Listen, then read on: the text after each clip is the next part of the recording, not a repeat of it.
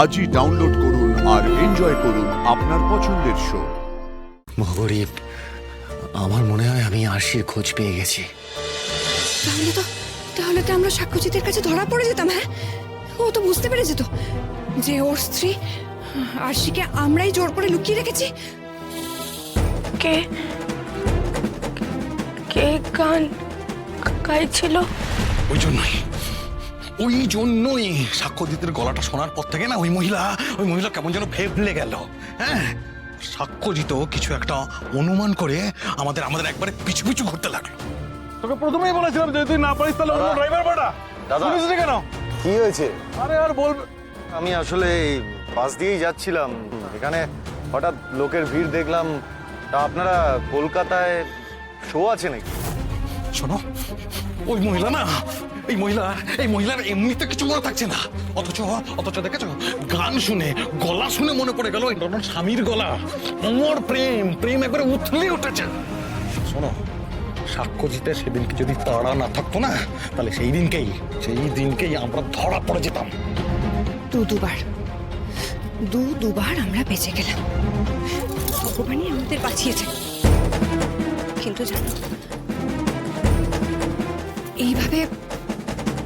এইভাবে আমরা আর বেশি দিন বাঁচবো না। সাক্ষ্যজিতের সন্দেহ আরো গভীর হয়েছে। ও এইভাবে আর চুপচাপ বসে থাকবে না। ওর স্ত্রীকে খুঁজতে এখানেই আসবে। আর সাক্ষ্যজিৎ যদি এখানে আসে, তাহলে বুঝতে পারছো কি হবে? হ্যাঁ, বুঝতে পারছো? আমাদের ব্যবসাটা তো আবার পড়ে যাবে। তখন আমরা কি করব? শোনো না, বলছি ওই মহিলাকে নিয়ে আমরা এখান থেকে অনেক দূরে চলে যাবো। হ্যাঁ, চলো। অনেক দূরে চলে যাবো? আরে এখান থেকে এভাবে পালালেই হবে? আরে ব্যবসা পত্র সব তো লটে উঠে যাবে আমাদের, নাকি? এতগুলো শোয়ের অ্যাডভান্স নেওয়া আছে, সেগুলো কি হবে? টাকা পয়সা সব তো লস হয়ে যাবে। আরে সবাইকে তো এই বাড়ির ঠিকানা দেওয়া আছে, নাকি? একটু আরে বাবা, তুমি এখনো টাকার কথা ভাবছো? টাকা আগে না প্রাণ আগে, বলো তো? সাক্ষ্যজিৎ এখানে চলে এলে কি হবে তুমি বুঝতে পারছো না? চুপ করো, একদম চুপ করো তো তুমি। সময় প্যানিক, বড্ড বেশি প্যানিক করো তুমি। প্যানিক করা বন্ধ করো। আমার একটু ভাবার সময় দাও। আজকে রাত্রিটুকু যাক, কালকে দেখছি কি করা যায়।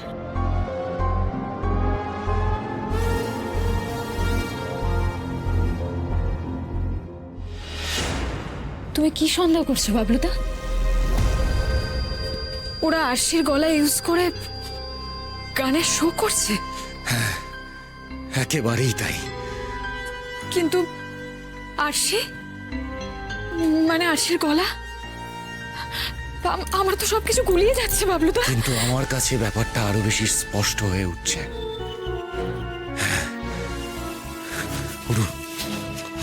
আমি তোকে বলছি, শোন, বজরং বলি কিন্তু আমাকে বারবারই এই একই ইঙ্গিত দিচ্ছেন। উনি আমাকে বোঝাতে চাইছেন যে আমাদের আরশি বেঁচে আছে। হ্যাঁ উরু, আমাদের আরশি বেঁচে আছে। সত্যি সেটা সম্ভব বাবলুদা? আরে হ্যাঁ, এটা ঠিকই যে আমরা কোনোদিনও আরশির মৃত্যুর খবর পাইনি, আর এখন ওই মহিলার সাথে আরশির গানের গলা হুবহু মিলে যাচ্ছে। আর তুমি যেটা বারবার বলছো, ওরা কিছু একটা লুকোচ্ছে। তার মানে কি তুমি এতদিন ধরে বারবার করে যেটা বলে এসেছো আমরা কেউ বিশ্বাস করিনি, সেটা সত্যি বাবলুদা?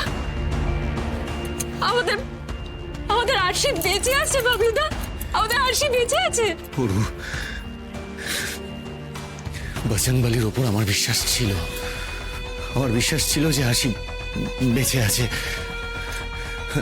তোকে আমি বলতাম না যে আমাদের আরশির কিছু হয়নি, ও বেঁচে আছে। দেখ, সবকিছু দেখে শুনে কিন্তু আজ তো সেটাই মনে হয়েছে।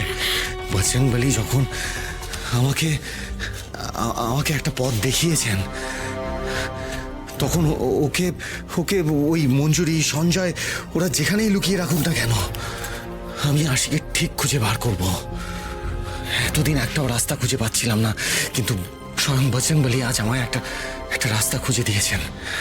আমাকে যা করার আজ রাতের মধ্যেই করতে হবে।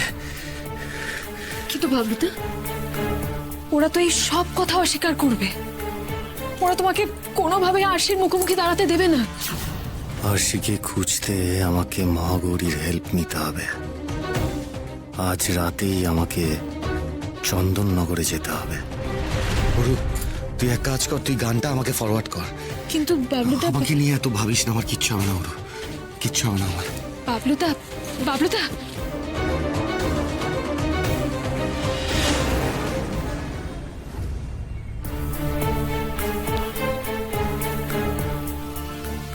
বলছি বসুন। মহাগৌরী,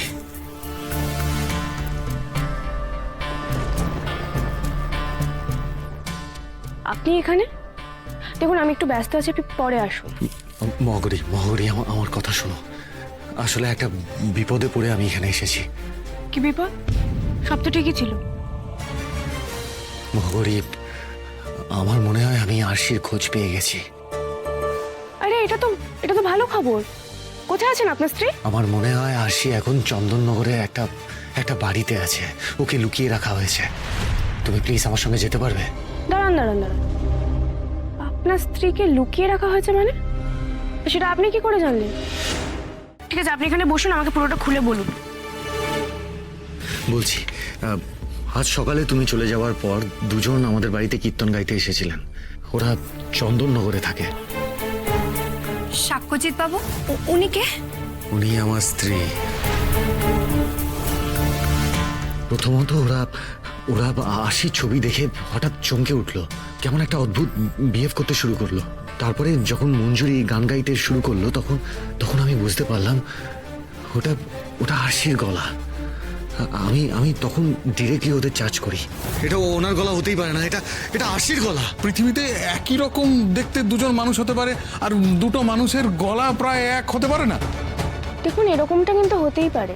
মানে ওই লোকটা সঞ্জয়, উনি যেটা বলছেন উনি কিন্তু ভুল কিছু বলেননি। দুজন মানুষের গলার মিল থাকতেই পারে, যেমন আপনার স্ত্রীর সাথে আমার মুখের মিল আছে। না মহাগৌরী, আমারও প্রথমে সেটাই মনে হয়েছিল। আমাকে বাড়ির সবাই এই একই কথা বলছিল, কিন্তু কি?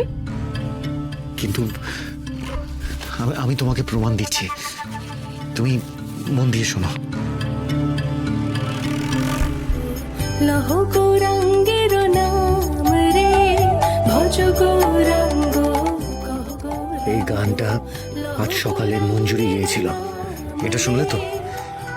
এবার এটা শোনো, এই একই গান আরশিও আগে রেকর্ড করেছিল। দুবাহ তুলিয়া নাচিয়া নাচিয়া বেড়াও রে, গৌরাঙ্গ বলিয়া দুবাহ। স্ট্রেঞ্জ, তো হুবহু এক গলা। এবার প্রমাণ পেলে তো?